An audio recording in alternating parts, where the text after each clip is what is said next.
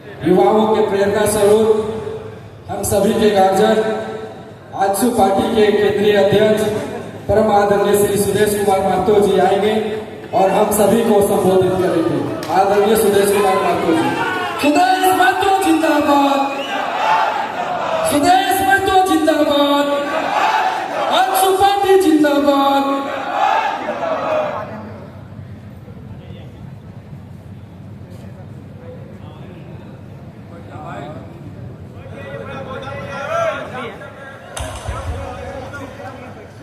AJSU party के आज बोकारो के इस मिलन समारोह में श्रद्धेय आज के इस कार्यक्रम के आदरणीय अध्यक्ष सचिन जी, मंच में हमारे साथ इस कार्यक्रम के विशिष्ट अतिथि हैं,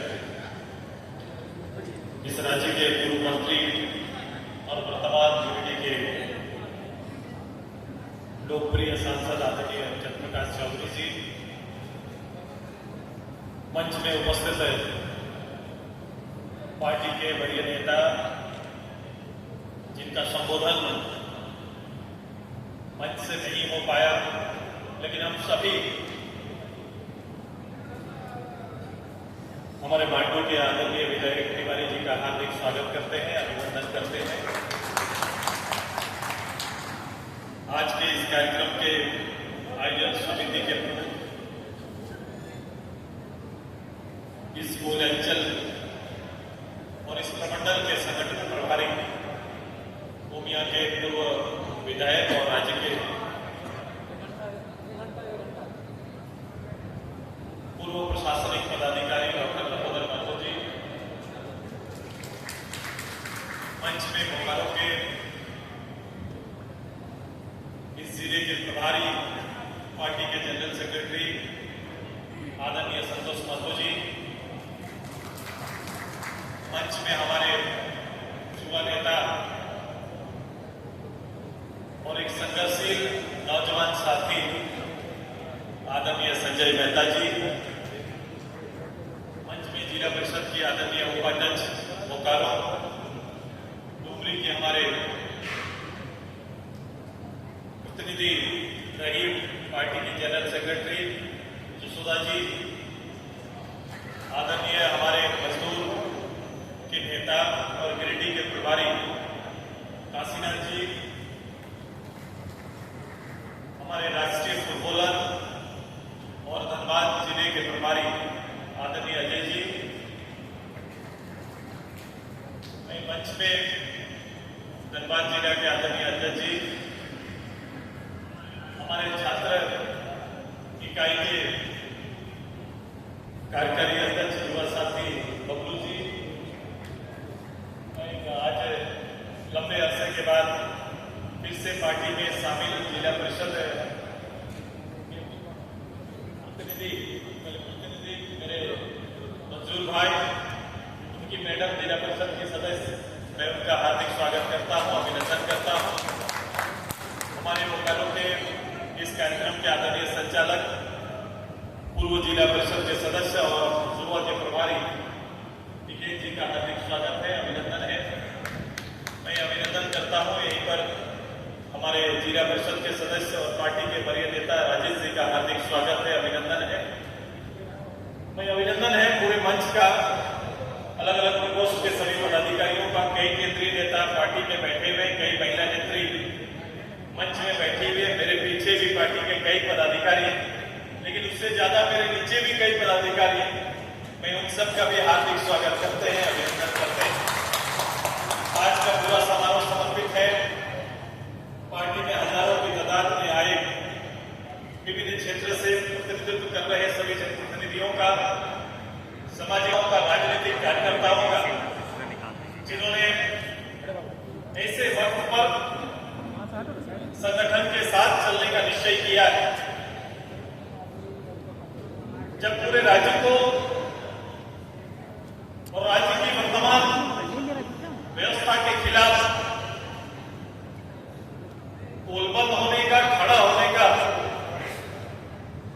एक अवसर तैयार करने के लिए बोकारो में हजारों की तादाद में आज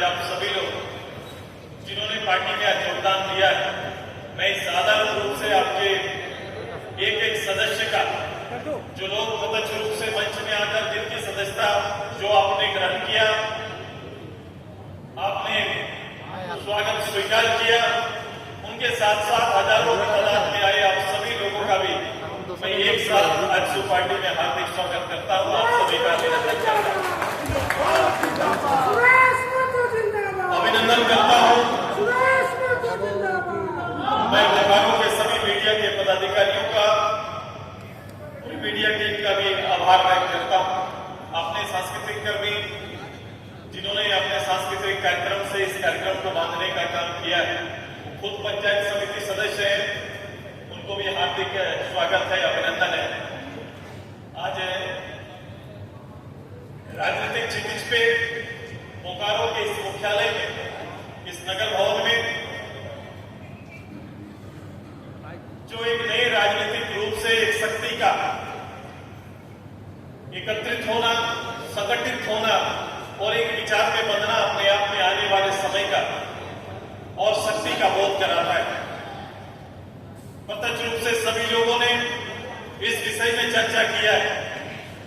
मैं राजनीतिक कार्यकर्ताओं से, मैं खासकर युवा साथियों से मेरा आग्रह है कि राजनीति झारखंड की आवश्यकता है। झारखंड को एक बेहतर राजनीतिक दिशा देने की आज वर्तमान की सबसे बड़ी जरूरत है। मुझे आप कहेंगे कि इस राज्य में जो राजनीतिक माहौल है, जो राजनीतिक परिस्थितियां हैं, वो कभी भी ये 4.25 करोड़ लोगों पर विहित नहीं। राजनीति को एक अवसर के रूप में लेने वाले लोग भी पदों पर आने के बाद, पद पे बैठने के बाद, जनता द्वारा दिए गए जवाबदेही के बाद वो जवाबदेही को दरकिनार कर राज्य की अर्थव्यवस्था को तार-तार करने में लोग लगे हुए। आज इस राज्य आर्थिक रूप से, प्राकृतिक रूप से, ये संपन्न संसाधन से जुड़ा हुआ प्रदेश 25-26 साल झारखंड की आजादी के बाद भी अपने होने पर, अपने राज्य में होने पर कहीं न कहीं आम लोगों पर, आम लोगों के जीवन पर सीधे तौर पर न वर्तमान न भविष्य की कोई रूपरेखा स्पष्ट रूप से सामने हम ला पाए हैं, न लोगों को परोस पाए हैं। एक बड़ी राजनीतिक जवाबदेही के साथ हम राजनीति करते हैं। ये राजनीतिक चुनाव के परिणाम किस प्रकार से आए और इस परिणाम को किस तरह से लाया गया, परिस्थिति को किस रूप से अनुकूल बनाया गया, इसमें राजनीतिक दल एक षड्यंत्र के साथ सफल हुए हैं। लेकिन मैं ये जानता हूं और मैं मानता भी हूं कि जो राजनीतिक नेतृत्व वर्तमान में है, वो कभी भी जनता के और इस राज्य के हित में या दूरगामी राजनीति और इस प्रदेश के आम आवाम के हित में वो कभी भी संघर्ष न कर सकता है, न निर्णय ले सकता है। ये बात आप निश्चित रखें। हर समय के साथ लोगों को कैसे मंडलाया जाएगा, एक बड़ी शक्ति को कैसे तार-तार किया जाएगा, समाज को कैसे तोड़ा जाएगा, ये उन्हें आता है और इसमें वो सफल भी हो जाते हैं। चुनाव के परिणाम के बाद एक जो तेवर नौजवानों का मुझे अच्छा लगता है। मैंने उस काल को जिया है, मैंने उस समय की शक्ति को भी नेतृत्व दिया है, इसलिए मुझे बड़ा आश्चर्य लगता है कि दिशा विहीन राजनीति जब सामने आती है तो कहीं न कहीं वो कभी कभी आपको अपनी मंजिल तक नहीं पहुंचाती। लोगों को तो मंजिल मिल जाता है, लेकिन राजनीति कभी मंजिल नहीं पाता। मेरा आग्रह है कि जिस शक्तियों को मैं फिर से पुनर्गठित करने का काम कर रहा हूं, आपको राजनीति में नौजवानों की धैर्य की आवश्यकता है। कोई भी परिणाम तत्काल आता नहीं राजनीति में। एक दूरगामी राजनीति के लिए आप सभी लोगों को काम करना पड़ेगा। ये राज्य की आवश्यकता है और मैं इसी पर बल देने के लिए आया हूं। बोकारो, मैं जानता हूं 70-80 के दशक से ये झारखंड आंदोलन का मूल धरा रहा। ये झारखंड आंदोलन की एक शक्ति के रूप में पूरे राज्य को आंदोलित करने में बहुत बड़ा योगदान है। और यहाँ बसने वाले ग्रामीण परिवेश के लोग जिन्होंने अपनी छाती पर, अपनी जमीन पर यहाँ के औद्योगिक संस्थानों को स्थापित किया है, आज भी वो दर बदर भटक रहे। मैं हमेशा कहता हूं कि तीसरी पीढ़ी अपने कागजी कलम को लेकर, अपने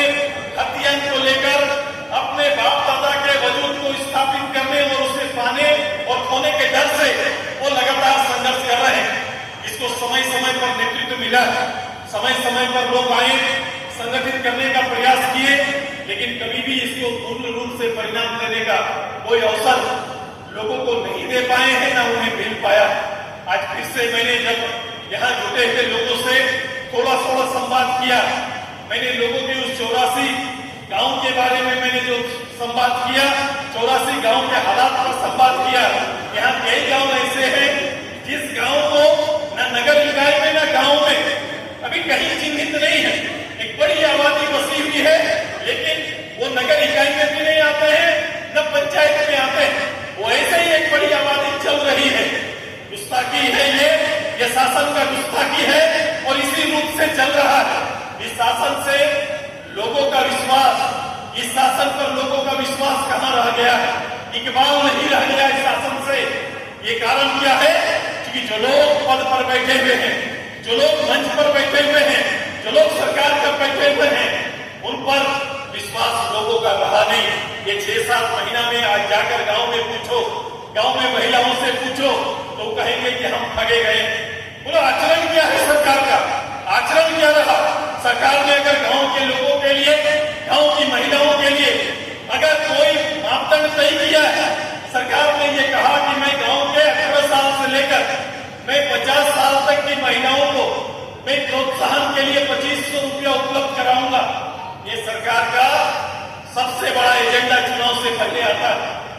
मैं सरकार को इस तरह की योजना लाने का हक है, इस तरह के योजनाएं सरकार ला सकती है। मेरा प्रश्न यह है कि 18 से 50 तक लाने का तर्क सरकार को देना पड़ेगा। कि 18 साल में पढ़ने वाली बच्ची, वो 18 साल में झारखंड में 18 साल की कोई लड़की होगी तो निश्चित रूप से वो कोई कॉलेज का हिस्सा होंगे। कोई +2 कॉलेज में या ग्रेजुएशन करती हुई कोई हमारी कोई लड़की घर परिवार की लड़की ही होगी जो पढ़ाई कर रही है। मैं उसी को मैंने कहा कि 18 साल में उस बच्ची को क्या चाहिए, क्या सहयोग उसको चाहिए? उसको ट्यूशन का सहयोग चाहिए, अच्छे विश्वविद्यालय में पढ़ने का अवसर चाहिए, उनको पैसा चाहिए। अगर गरीब परिवार की बेटी है, उनके माँ बाप ये सुविधा नहीं दे पा रहे हैं, तो आप उनको हेल्प करने का काम करिए, उनको ये सुनिश्चित करिए कि उनकी पढ़ाई कैसे बेहतर हो पाए, उसको पढ़ाई के लिए हम कैसे सहयोग कर पाए। अगर आपका दिया हुआ फंड ये डेलीगेट करता कि ये पढ़ाई के लिए आपको दिया जा रहा है, तो मुझे लगता कि आपने इसके लिए उनको दिया है और इसका पैसा केवल उनके ट्यूशन खर्च पर जाता, इसका पैसा उसके कॉलेज खर्च करने पर जाता, इसका पैसा उसके कॉलेज के एडमिशन पर जाता या आने जाने में खर्च पर जाता, किताब पर खर्च पर जाता। आपने इसको कभी भी चिंतित नहीं किया। आप अगर इसको 40 साल के बाद में गृहिणी के रूप में उन्हें सहयोग देने का निर्णय लिया, तो एक गृहिणी की जो आवश्यकता है, एक घर परिवार चलाने वाली की जो आवश्यकता है, आप उसको डेलीगेट करते, ये फंड उनको इस काम के लिए दिया जा रहा है, ये सुविधा के लिए दिया जा रहा है। आपने फंड को कभी भी सुनिश्चित और चिन्हित करने का काम नहीं किया है। चुनाव के पूर्व सरकार का आदेश रहा, सरकार के मुखिया और उसका परिवार बड़े बड़े चौपाल लगाए गए, जैसे कि महिलाओं को, गांव की महिलाओं को बुलाया गया। मुझे अच्छा लगा, एक नए ड्रीम को तैयार किया जा रहा है, एक नए सपनों को तैयार किया जा रहा है। लोग आए, बैठे और बैठने के बाद सरकार के मुखिया और उसके परिवार ने कहा कि इस राज्य की सारी मुखिया, सारी महिला मुखिया के लिए, सारी महिलाओं के लिए हमने एक योजना खोला है। ये महिलाओं को समृद्धि देने का काम करेगा, सम्मान देने का काम करेगा। मुझे अच्छा लगा मंच पर खड़ा होकर अगर इस आधी आबादी को सम्मान देने का फैसला सरकार कर रही है तो एक अच्छी पहल होगी। लेकिन तुरंत चुनाव के बाद अचानक उसी सरकार का फरमान आता है, उसी सरकार का फरमान आता है कि ये योजना में त्रुटि है, इस योजना में कमी रह गया। सरकार नया सर्कुलर तैयार करती है और सरकार कहती है कि 5.5-6 लाख महिलाओं का नाम काटा जाएगा क्योंकि वो योग्य नहीं पाई गई। भाई चुनाव से पहले योग्य और चुनाव के बाद अयोग्य सरकार कोई भी योजना लाती है तो ये समझ कर लाती है कि इन योजनाओं का लाभ किसको मिलेगा, ये योजना कहां तक जाएगा। लेकिन चुनाव के बाद ये योजनाओं का प्रारूप बदल जाता है और 6.5 लाख महिलाओं को हटा दिया जाता है। मैं सरकार के मुखिया से पूछना चाहता हूं, ये 6.5 लाख महिलाओं का जुटान केवल वोट के लिए हुआ था, मतदान कराने के लिए हुआ था, ये नियम मतदान कराने के लिए बनाया गया था और चुनाव के बाद उनके लिए अलग सा नियम बनाया गया और उनको हटाया गया। यही बात खत्म नहीं होती है। आप सभी लोगों को पता है कि ये योजना उधारी में चल रहा है, पता है कि नहीं? जाओ उसको देखो और कलाकारी कर रहे हैं सरकारी पदाधिकारी।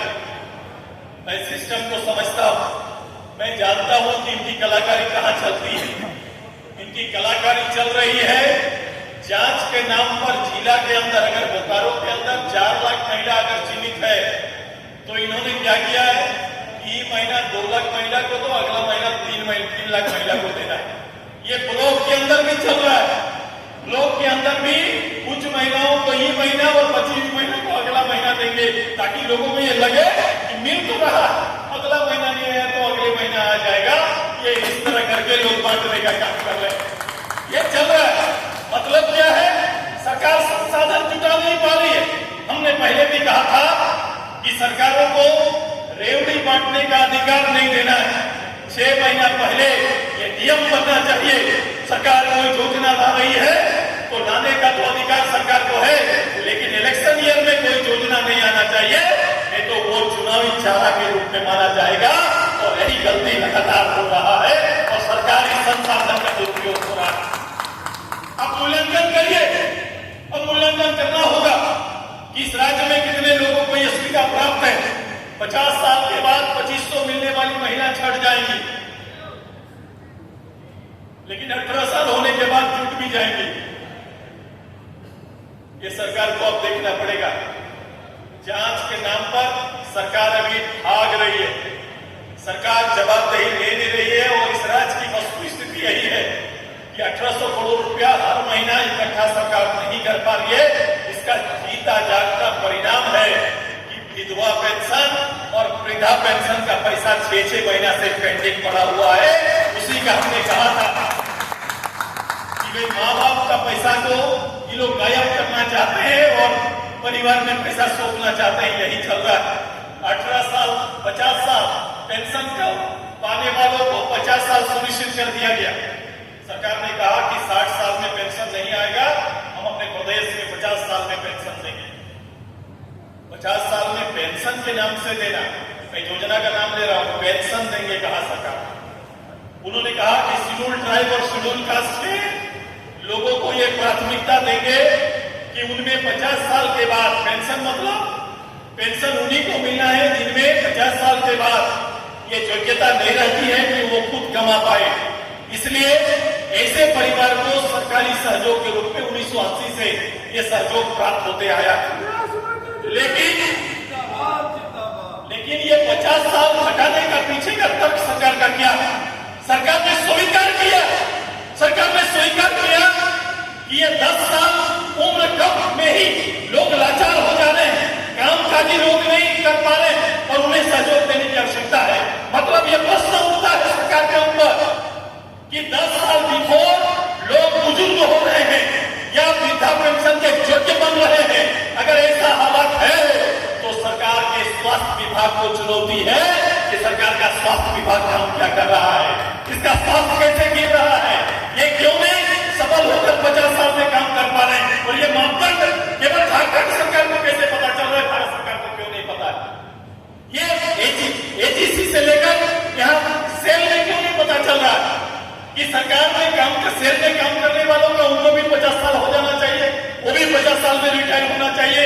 सरकारी नौकरी, गैर सरकारी नौकरी का उम्र भी 50 साल हो जाना चाहिए। अब बताओ, ये अवस्था है जिसका कोई एक साल कहीं भी वैचारिक या नियम से कोई भी काम नहीं है, ऐसे ही चल रहा है। सरकार से जो निकला वही कानून है और ऐसे ही कानून चल रहा है। और सबसे बड़ी लाचारी प्रदेश के अंदर ये सरकार और सरकार के लोग बेचारा बने हुए हैं और ऐसा काम कर रहे हैं जो आज तक मैंने अपने राजनीतिक जीवन में नहीं देखा।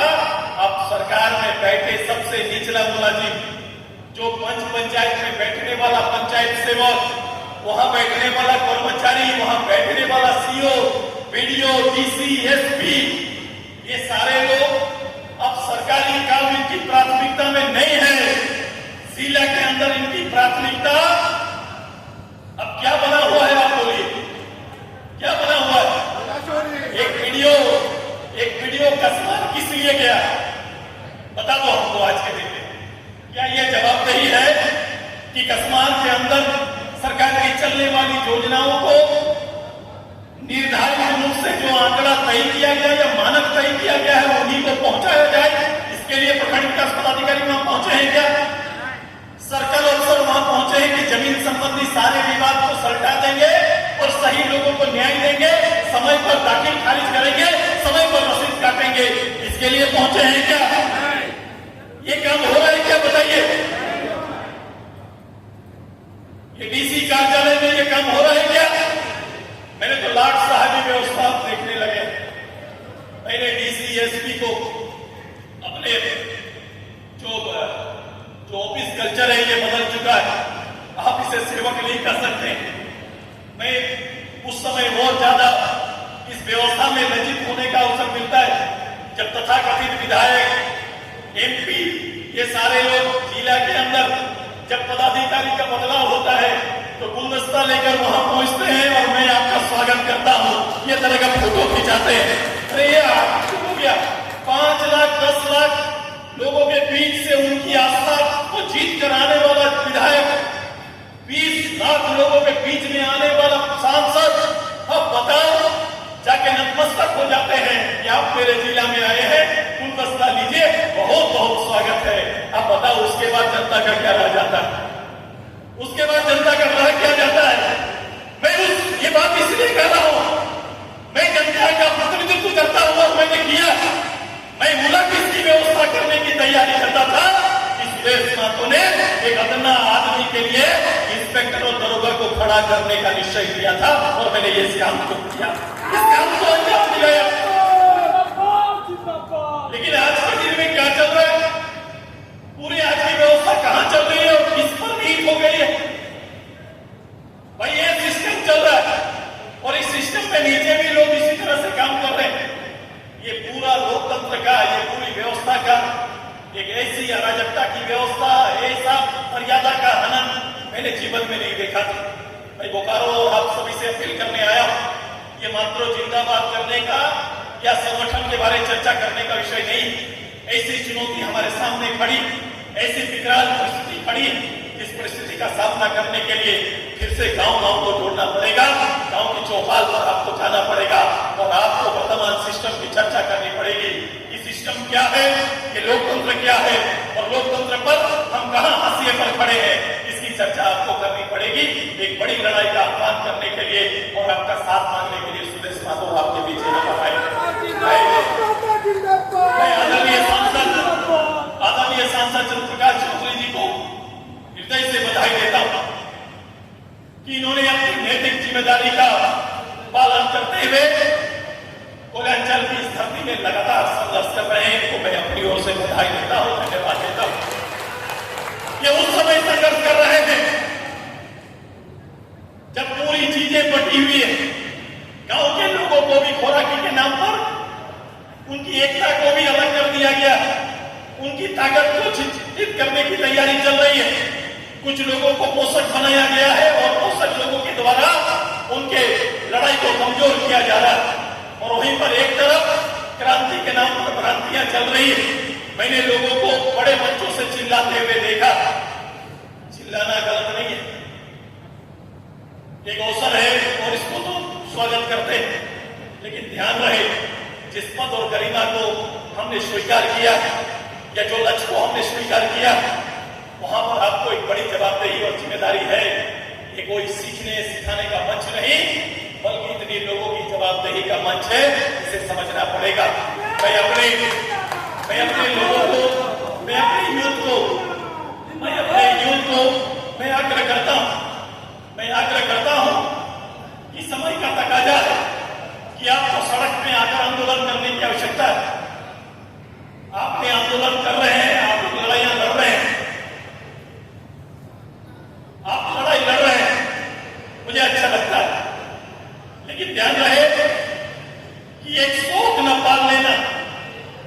यहां पर मैं तो कभी कभी मजाक से बोलता हूं, आज के दिन में शौकिया राजनीति नहीं है, राजनीति को शौक के रूप में मत लेना। राजनीति एक जवाबदेही है और इस जवाबदेही का बोझ बहुत आसान नहीं है। समय और काल में, और इस आग से आगे निकलना बहुत आसान नहीं है। ये कोयलांचल की धरती है। कोयलांचल की धरती ने विनोद बाबू एक राय जैसे शख्स को सामने लाया। मैं जूझते हुए अपने यहाँ के नेता, मैंने समरेशदा को भी देखा है। मैं उनको एक जुझारू लीडर के रूप में मानता हूँ। मैंने उनके काल के साथ, उनके समय के साथ उनकी लड़ाई को भी देखा है, और मैं उस काल में मुझे बहुत सीखने का अवसर मिला। मैं आज भी उनकी लड़ाई को मानता हूं कि जनता के लिए वो व्यक्ति हमेशा सतर्क रहते थे और हमेशा जनता के लिए आगे रहते थे। लेकिन इस प्रथा आज के दिन में कहां चली गई? मैं अगर लोग दिन भर इंतजार करते हैं कि कोई खदान पर किसी मजदूर, किसी परिवार का मांग अगर गुजर जाए तो लोग वहां अचानक जल्दी पहुंचते हैं। मैं देखा, पहुंचते हैं वहां पर और दाम दौड़ी तय होता है कि कौन कितना दाम दौड़ी कर पाएगा। फलना पार्टी 20,000, 20 लाख, फलना पार्टी 25 लाख, इस तरह से काम चलने का काम हो रहा है। बताओ, ये तो नियम होना चाहिए, ये तो कोई नीति होना चाहिए। बिना नीति नियम का चल रहा है और वहीं पर दबदबा दिखाने का अवसर लोग दिखाते हैं। सभी पार्टियों के नेता एक जगह आते हैं और आने के बाद भी विषय कौन हो जाता है। मैं इसी धरती पर आया था। मैं कुछ दिन पहले विस्थापितों की एक लड़ाई लड़ी जा रही थी और उसमें लाठीचार्ज हुआ प्रशासन की ओर से। कई एक हमारा साथी हमारे बीच नहीं रहे, हताहत हुए लोग। आज बताओ मुझे, वो लड़ाई कहां, वो लड़ाई क्यों लड़ी गई, वो कौन हो गया? और केवल लड़ाई मुआवजा कितना मिला उस पर आकर निहित हो गया और लड़ाई को समाप्त कर दिया गया। बताइए, सेल बीसीसीएल के अंदर में अप्रेंटिसशिप कराया गया, 3 बैच आया, हजारों लोगों ने अप्रेंटिसशिप किया। जो विस्थापित परिवार है उनके बच्चों ने किया है। उन्हें लगा कि हम जब भी इस फैक्ट्री में वैकेंसी आएगा, नियोजन में हमारी प्राथमिकता होगी। लेकिन नियोजन में क्या प्राथमिकता होगी, उसकी लड़ाई को ही लोगों ने खारिज कर दिया। ऐसा लड़ाई तैयार तो होता है, लेकिन ये लड़ाई मंजिल नहीं पाता। इसलिए मंजिल नहीं पाता क्योंकि उसका नेतृत्व सही नहीं होता है। मैं आग्रह करता हूं आप सभी से, इसी धरती से, यहाँ पर हम लड़ाई लड़ेंगे, हमारी टीम लड़ाई लड़ेगी, हम आपके साथ लड़ाई लड़ेंगे, लेकिन एक मंजिल तक पहुंचने की लड़ाई होगी। इसके लिए ज्यादा जरूरी है कि आप में दूरगामी परिणाम के लिए तैयार रहना पड़ेगा। ये शहर की धरती में, ये बोकारो की धरती और इस पूरा गांव भारत फेरी से लेकर इसके जितने भी अनगिनत गांव हैं, इस गांव के पूरे इतिहास को सामने लाइए। एक बड़ी लड़ाई को हम सब मिलकर तैयार करेंगे और उसकी तैयारी करनी। इस सरकार के खिलाफ में 1932 को छाती में लेकर चलने वाले लोग कहां चले गए? 1932 मुझे अब 6 महीना से दिखाई नहीं देता है। खतियत की चर्चा बंद हो गई। पिछले 5 साल सरकार 25 लाख नौकरी देने वाली सरकार चौक चौराहे पर खड़ा होकर नियोजन नीति के आधार पर 25 लाख लोगों को नौकरी देने वाली सरकार कहां है? सरकार दिखाई नहीं दे रही, सरकार कहीं दिख नहीं रही है, सरकार के निर्णय नहीं दिख रहे हैं और 32 का गंजी लोगों ने खोल कर रख दिया है। अब सरकार में हिस्सेदारी में, कोयला में हिस्सेदारी भी लोग तैयारी कर रहे हैं कि उसमें किसका हिस्सेदारी होगा, इसकी तैयारी लोगों की चलने लगी।